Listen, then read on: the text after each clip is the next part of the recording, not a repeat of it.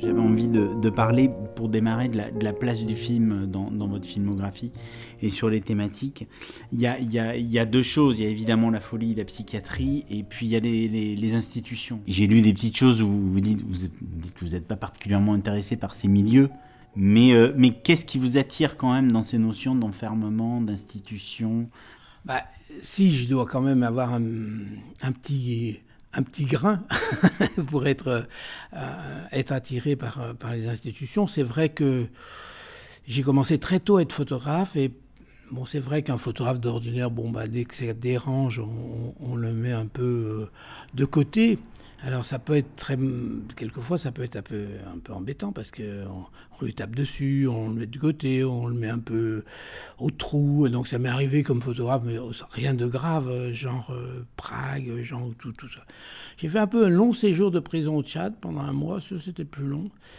Et puis après je me suis aperçu que bon, en allant beaucoup au désert, bizarrement, le désert aussi avait un côté enfermement, quoi, enfermement naturel. Donc c'est vrai que j'ai découvert, les gens s'en souviennent peut-être pas tous, bien sûr, c'est une prise d'otage au Tchad, Françoise Clause, qui a duré 33 mois. Et donc j'ai bien passé 2 ans et demi, moi, de ma vie là-bas aussi.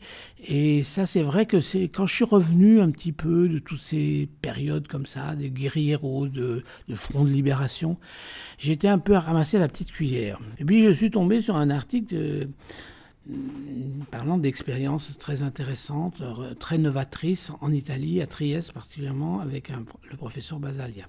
Donc je me suis présenté, j'ai été très bien reçu.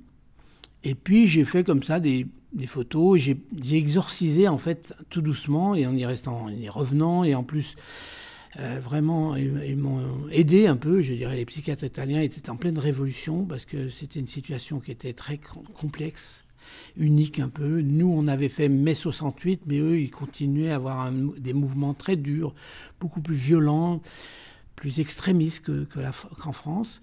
Et à un moment, j'ai suivi à un déjeuner des patients comme ça. Et puis, je sais pas, je trouvais qu'ils avaient une drôle de dégaine.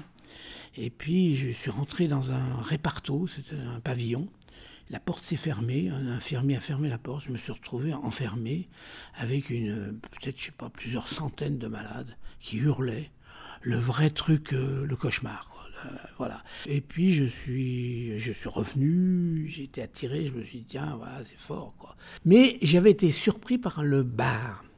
Ils avaient un bar, c'est dans une île à Venise. Hein. Il y avait un bar et le bar, il y avait une ambiance incroyable. Et j'ai trouvé une amie, Sophie Ristel-Hubert, qui était une amie photographe. J'ai dit tu veux pas venir faire un petit film avec moi en noir et blanc? On tourne une dizaine de jours, mais on tourne que sur le bar. Bon, forcément, du bar, on est remonté dans les pavillons, etc. Mais voilà, j'ai fait ce premier film, San Clément. Et puis, quand j'ai rencontré Claudine, au lieu de faire un voyage de noces, il y a plus de 30 ans, je lui ai dit, on va aller faire un petit film aux urgences à l'Hôtel-Dieu, parce que maintenant, il y a des psychiatres de garde, et c'est facultatif. Quand les gens arrivent dans une détresse, il y a un psychiatre qui leur dit, est-ce que je peux vous aider? Et on est resté 3 mois. C'est long, mais comme ça, on a fait ce film.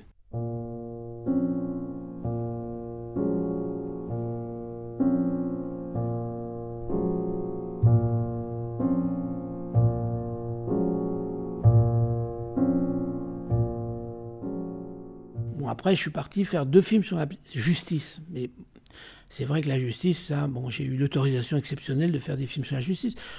Je ne sais pas pourquoi, parce que les hauts magistrats, voilà, ils m'ont eu à la bonne. Et en fait, je pense qu'ils n'avaient jamais fait d'études sur le cinéma direct. Mais c'est des gens qui détestent les camions, les éclairages, la fiction, les séries, etc. Et ils savaient que je tournais, moi, sans lumière, sans rien. Et ils m'ont donné la première autorisation, ça a demandé du temps, puis la deuxième, etc. Et c'est vrai que là on pensait avec Claudine refaire un film, on s'est dit... Qu'est-ce qu'on pourrait faire? Et moi, j'avais pas remis les pieds depuis 37 ans dans un hôpital psychiatrique. Je ne savais pas à quoi ressemblait un nouvel hôpital psychiatrique.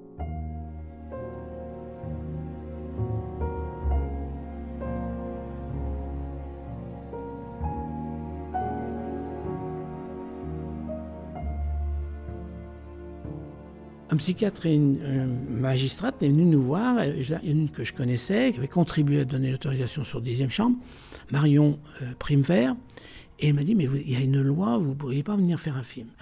Alors on a été à Lyon, et ils m'ont dit, à Lyon, ils jouent plus au jeu, c'est le plus grand hôpital de France, le Vinatier, ils sont un millier de personnes, et j'étais surpris par plein de choses nouvelles. Donc j'ai visité des unités, ça s'appelle ça des unités, donc il y a environ 20-25 personnes. Et la surprise, ça a été sur les clés. C'est-à-dire que chaque patient a sa clé, et c'est les infirmiers qui sont enfermés maintenant. Donc c'est quand même assez étonnant.